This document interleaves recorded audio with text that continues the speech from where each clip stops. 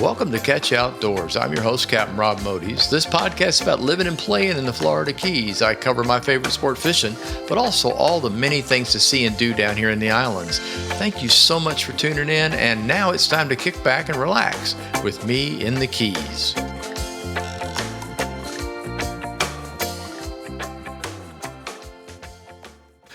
This week's episode of Catch Outdoors is number 166. Hi there, everyone.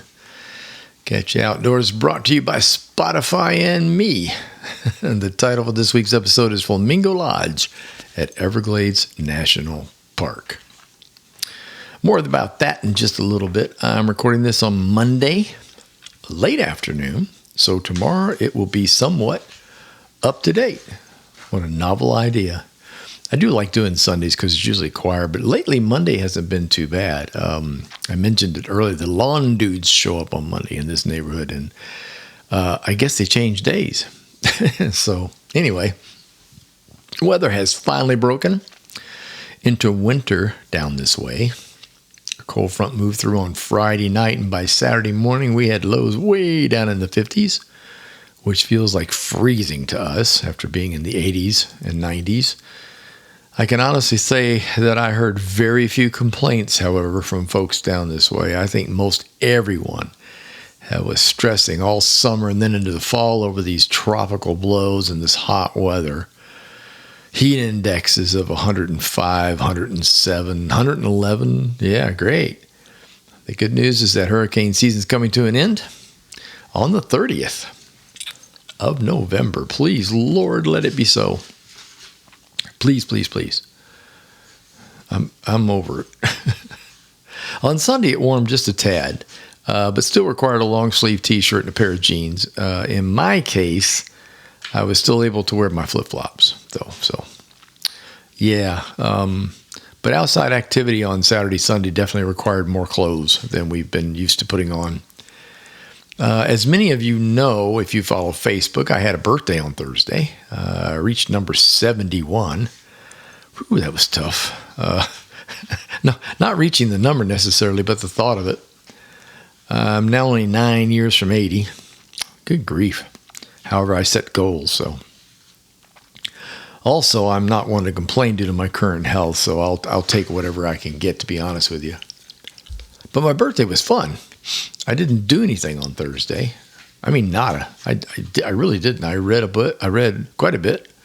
I watched TV. I played a video game. I think that's it. And then I had drinks and snacks, and that's it. It wasn't terribly exciting. I did go over to Publix and get my free birthday cake. If you sign up at Publix. As a Publix member, I guess, you get all the ads telling you what the BOGOs are going to be and what's on sale, and in doing so, you get a free birthday cake or a thing of ice cream on your birthday. And for those of you that have dealt with Publix, you know that their cakes are ridiculously good. So I'm not about to pay. I don't need the ice cream. I mean, ice cream's fine, but their personal cakes, oh my goodness. So they made a cake. It's a gingerbread cake. I think I said that right. Yeah, gingerbread cake. And it was, oh my God. I'm doing that again. Those of you that are near Publix, go to Publix, go get one. They're incredibly good. So that was my birthday. I had fun. Now you see, the real celebration actually took place when we headed to the Everglades National Park on Friday for a long weekend. Surprise. I long ago said that I wanted to stay in the new lodge there, and that's what we did. We actually planned this way back in the early summer, and as I've already mentioned, the weather worked out just perfectly. Let's talk mosquitoes. Everglades National Park does not treat for bugs. They don't mess around with spraying for mosquitoes. So it's basically you have T-shirts down there and hats that you can buy that says "I gave blood at the Everglades National Park," or "I gave blood at Flamingo," where the lodge is, because it's brutal in the summer. So nobody in their right mind, at least not a Floridian, would ever go near the place in the summertime. And it is their off season. But in the winter, when you get your first break, the mosquitoes just completely die back. I mean, you're going to get a few, but it's nothing like summertime. And so we actually hit this perfectly. We had planned to do this the day after my birthday, to go down on Friday. It's been Saturday and Sunday, and you know how warm it's been, and we've been having these tropical storms, and I'm thinking, oh no, we're going to have to really cover up, put on the bug spray, that kind of stuff. But no, it got cold, and that did them in. I was so happy. I decided I wasn't going to take the boat this time. I just wanted to sit and enjoy the view, instead of dealing with the in and out of the boat at the ramp and all the stuff that you would do at the park. Things I used to do, honestly. We actually really wanted to do some hiking. We wanted to hit the trails that are there that we had not done, and I have never done, quite frankly. And so that was actually the game plan. It's hard for me to give someone that's never been there an idea of the Everglades National Park size, but just as a small example, when you reach the gate. The gate to go in to pay to go in the park, you were still 40 miles from the visitor center. You're 42 miles from the lodge. I'm just trying to give you the breadth of this, and that's just one small chunk of the Everglades. The more civilized area, I should say. The rest of it is wilderness, of course, and water, lots and lots of water. Florida Bay is almost all in the Everglades National Park. So because of that, I really hadn't done much other than going down there and going fishing. And quite frankly, years ago, Janelle and I started going down in the 90s. And after we first met, we did a couple of trips down ourselves and with friends and stayed at the lodge. And that's the original lodge. Now, that was the mosquito swapping, holy cow, screens. It was pretty nuts. Give blood. Yes, exactly. But two powerful hurricanes came along in 2005 and destroyed the lodge. First was Katrina, came through and just whacked the snot out of it. And then Wilma showed up right after that, all in the same year. They tore it down in 2008, and plans were made to rebuild it and fix it back up. And it just got finished in 2023, October of 23. Okay, so I have my biggest beef of all around. It's just federal government and funding and spending. I totally disagree with anything and everything they seem to do. And this was one of the big ones. The national parks really seem to suffer across the country for funds. And I really don't know why, because so many people enjoy going to them and so many people enjoy participating and going to those parks. And it's ours. I mean, it is our national park. It belongs to us. Yet they drag their feet. And we were talking to the bartender at the lodge, and he said that, there were 3 different contractors. It took 3 contractors to complete the job. That's ridiculous. Just absolutely ridiculous. Anyway. Yeah. This has been happening over many administrations. I don't want to pick on anybody. This has been going on since 2008, if you can just imagine. And finally in 2023, they got it completed. Now the facilities and what they did is amazing. Okay, it is heads above what was there when I visited and Janelle visited years ago. It's absolutely beautiful. They've got, I think it's 5 buildings. These are all made out of the containers that go over on ships, ship containers, and wonderfully put together and decorated. And we stayed in a 1-bedroom suite, which had a living room, a bedroom, a kitchenette, a bath, and a nice balcony you could sit out on and just watch the Everglades right in front of your eyes. And it faced out onto Florida Bay. It was magnificent. I'll be sure to post a picture. I took a couple of great sunrise pictures. But it was really, really pretty. The lodge's dining room was great. The food was wonderful. We had breakfast, lunch, and dinner there. I had a Cuban sandwich that was outrageously good. Burgers were great. We had wings. Janelle had salad covered up, I think, in chicken. And just stuff like it was actually, you're out in the middle of nowhere and you don't think much about a restaurant where it is getting access to food is hard enough, but they did a great job. I can't begin to tell you how good the food was. One noticeable missing thing on the menu was fish. And I think it's kind of funny when you think about it, because everywhere you go in Florida, especially coastal Florida, you get served fish, the fish of the day, that kind of stuff. What's the fish of the day? They didn't have that. They had mahi on the menu, but it was mostly for mixed dishes, things like that. And the bartender also told us that it's frozen. It's brought in frozen. You have to understand, I just mentioned 40 miles between an entrance gate and the lodge itself. You can see where a delivery truck with fish is probably not really in the cards. And you're in a park where keeping fish is a whole different ballgame too. And you're not going to get a lot of mahi and wahoo and, triple tail and all that kind of stuff there. So anyway, a lot of beef, which is fine. It was good. But I just want to warn you, if you go, don't think you're going to eat a lot of fish unless you bring it yourself. Let's see, what else was, just the overall cleanliness and the way the upkeep of the place was fantastic. The marina is great. They have bait, they have gas, ice.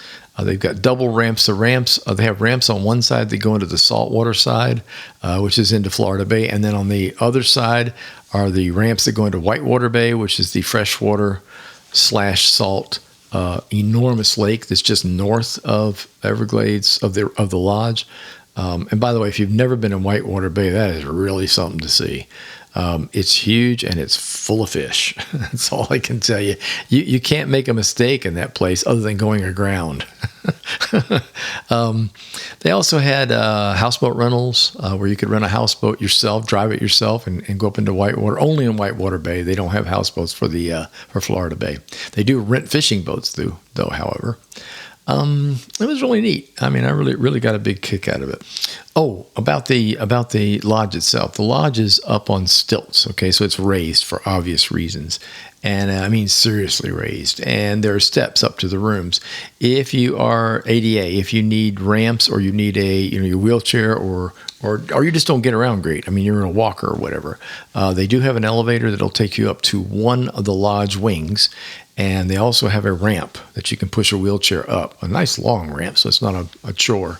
But the other four lodge buildings are stairs only, so be aware of that.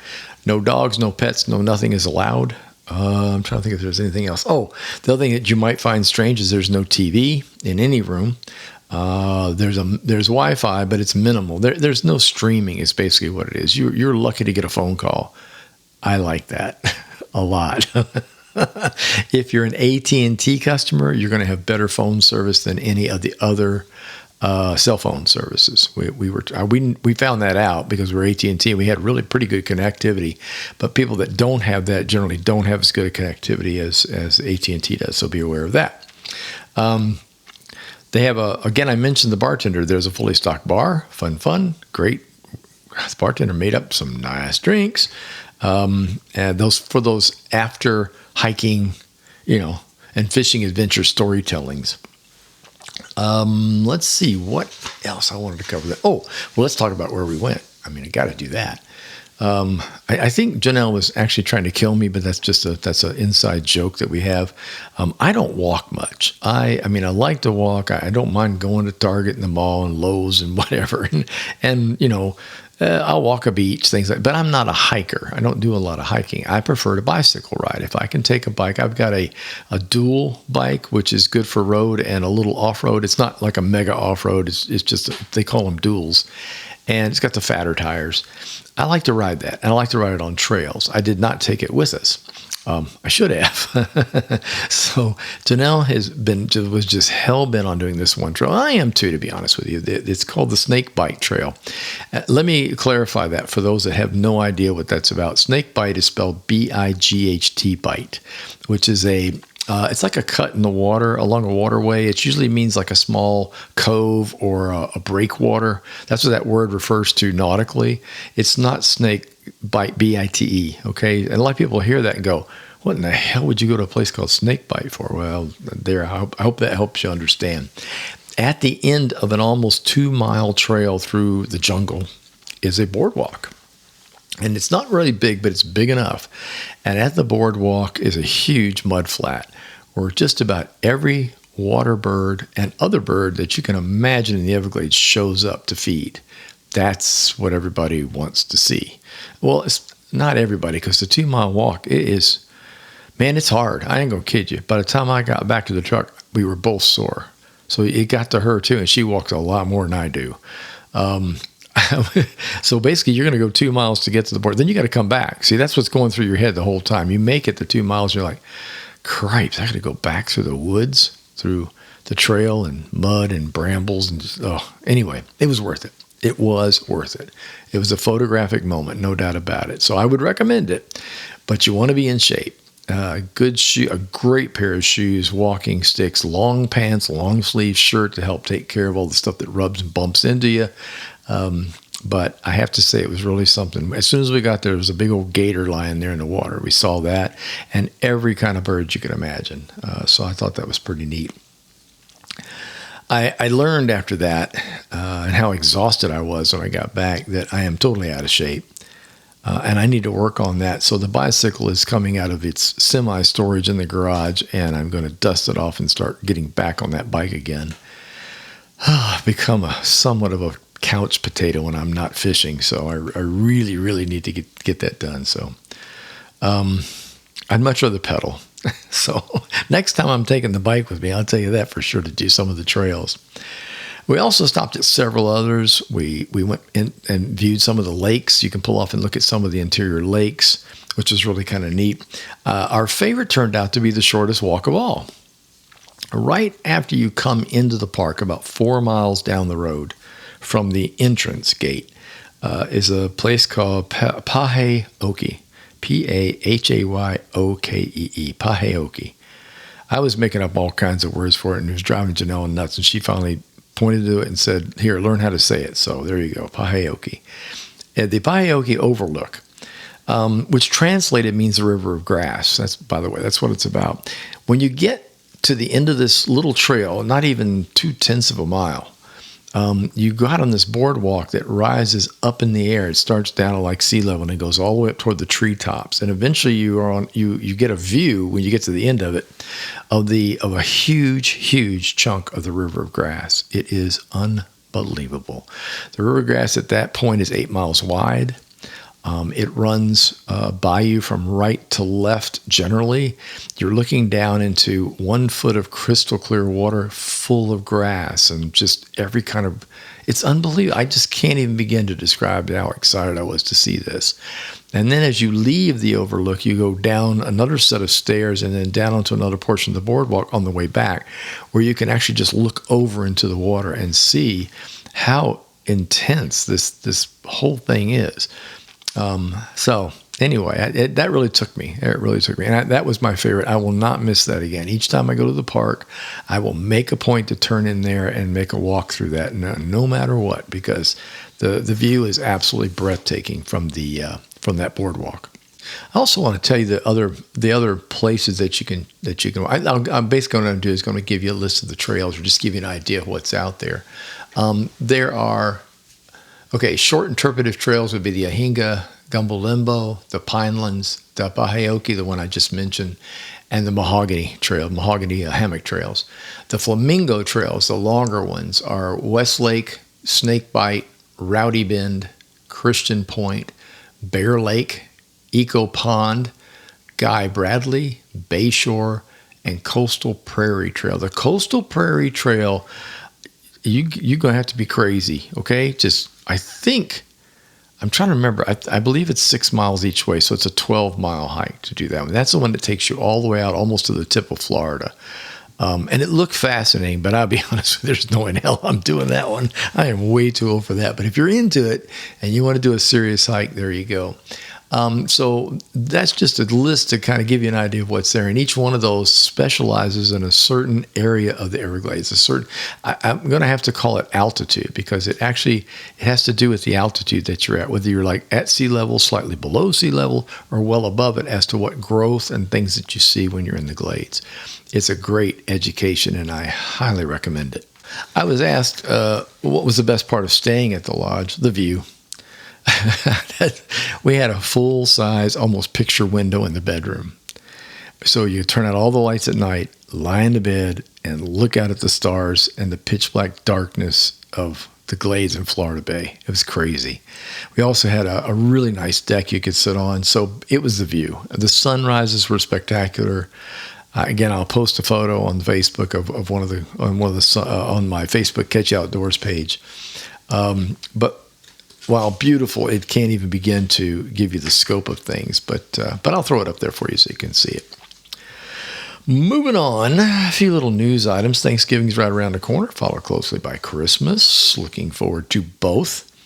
I've told Janelle that I really want to make it down to Key West in December after the lighting of the town happens, which is on Thanksgiving. I've never been there during the Christmas season, and I have heard all about it. Nothing but good things about how beautiful the town is when everybody decides to just pitch in and light everything up. I really want to see it. I got to get it off my bucket list. So we're making plans to go down there for a weekend and basically just view Christmas lights, for lack of a better description. I mean, after all, it's 2 hours down the road, for crap's sake. We used to drive there from Fort Myers. Took 5 or 6 hours to get there. And Fort Lauderdale was about 4, I guess. No, not that long. 3.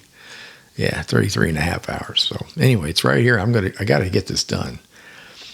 And with Thanksgiving Day comes the next season of annual garden party put on by Billy and Cindy Davidson.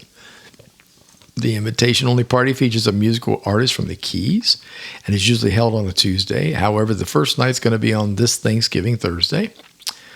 There are a couple of Mondays also thrown in, by the way, if there's a scheduling problem with the artist, but most of the time it's on Tuesday evenings at around 6 o'clock.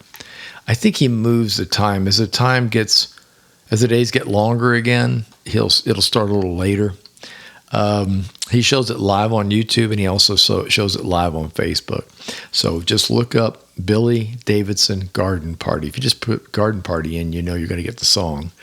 And it's definitely where the first guest on Thursday is David Goodman, and I really love listening to him. And there will also be special guests, which have not been mentioned or talked about. So I guess I'll have to find out what that is. We're almost to Thursday, so. Red Tide report. Let's see. What did I do with my red tide report? Hold on. I got a pile of papers here. I got a few other things here.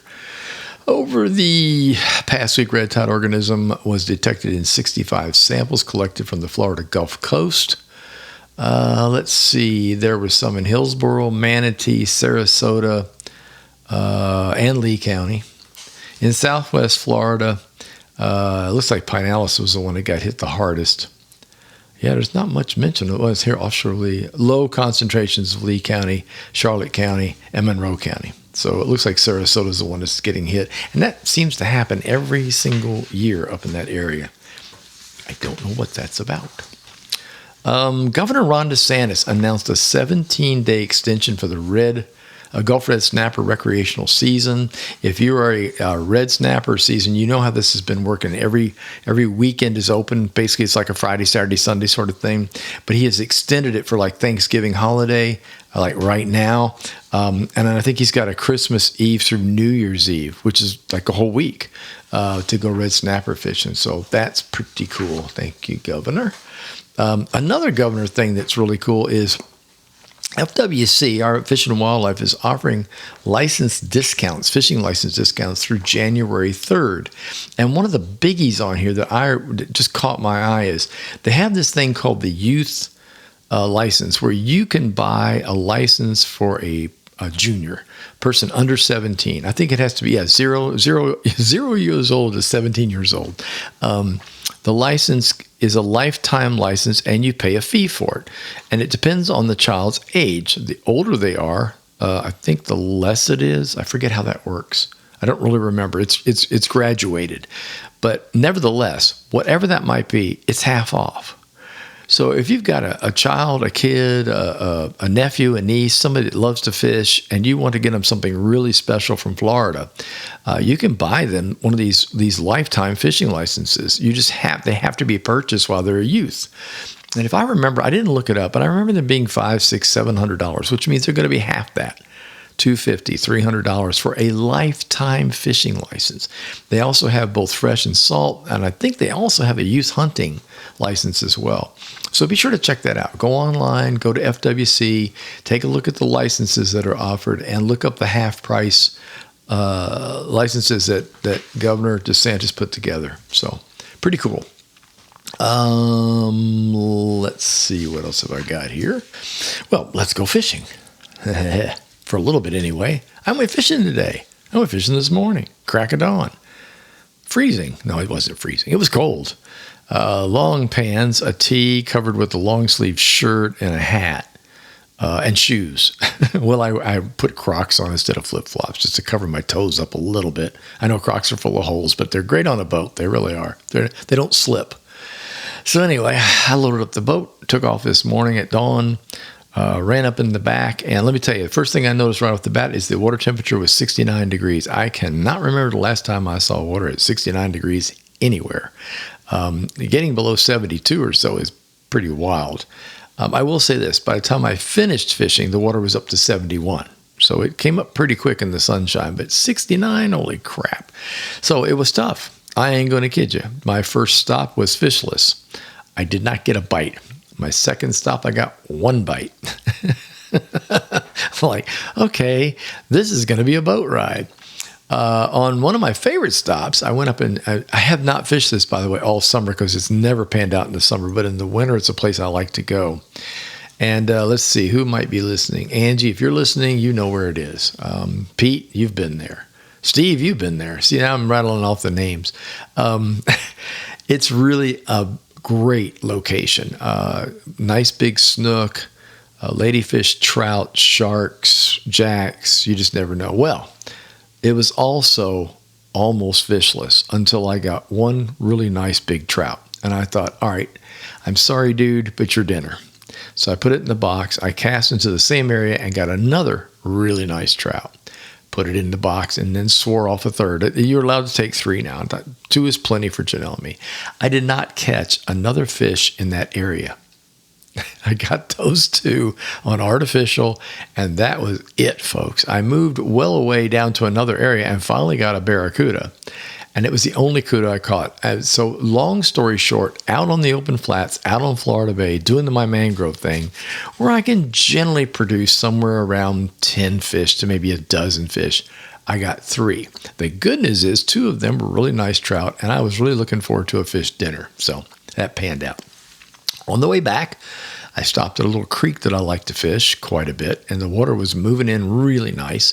So I thought, what the heck? I will drop some shrimp in there on a little hook, on a circle hook, and see what I get. And I hooked up a mess of fish in there. A lot of mangrove snapper. I got some schoolmaster. I think schoolmaster snapper are some of the prettiest snapper in the water. Those are the ones, they kind of look like a mangrove striped, but they've got yellow fins. Really, really nice looking fish. And a bunch of grunts, blue striped grunts and white grunts. But there was lots of action. I stayed there for about 35, 40 minutes and just relishing in the point that the rod was actually bending and then headed home. Got home by about, I don't know, I guess it was around noon when I got home. So all in all, it wasn't a bad trip. It was just strange how few fish were around at water temperature. There's no, we had a northeast breeze. It wasn't ridiculously windy. The tide was decent. The water was moving pretty good. So there's no other excuse I can give you other than the temperature dropped. I did not see a lot of bait. I did not see a lot of mullet. So I'm pretty sure that's why the bite was off.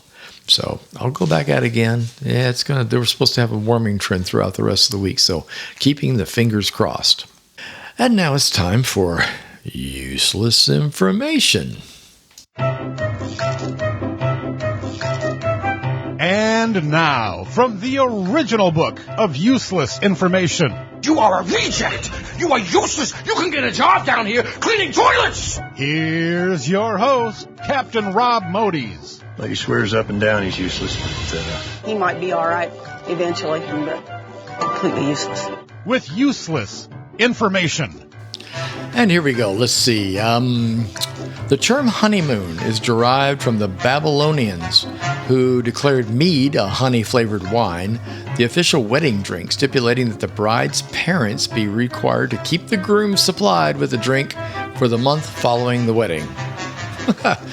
The phrase, the boogeyman will get you, refers to the boogie people who still inhabit an area in Indonesia. These people still act as pirates today and attack passing ships. In the 1940s, the Bic pen spelling of B-I-C-H was changed to B-I-C for the fear that Americans would pronounce it bitch. And they certainly would. The magic word abracadabra was originally intended for the specific purpose of curing hay fever. I have no idea what abracadabra means in relation to that. And there you go. Until next time. And before I go, here are some final words, which I usually do. This has become a favorite thing, by the way. Can you make your final words longer? That's an interesting request. I will consider it. I hope you and your family and friends have a wonderful Thanksgiving. Eat lots of turkey, watch football if you so desire, then take a nice afternoon nap after getting a big dose of tryptophan from the turkey meat. Oh, I love eating turkey and then taking a nap on the couch. Is there anything better? Over the Thanksgiving Day weekend, get out the Christmas decorations and get started. I'm also a big fan of eggnog, so I'll be mixing up a batch this weekend. It makes me smile just thinking about it. Y'all take care, and I'll talk to you later. Thank you for tuning in. If you enjoyed listening, please tell a friend, leave a review, and don't forget to subscribe to the channel. The Facebook page is Catchy Outdoors. The website is catchyoutdoors.com, where you can find all the previous podcasts and news about books and my music. Until next time, get outdoors and enjoy.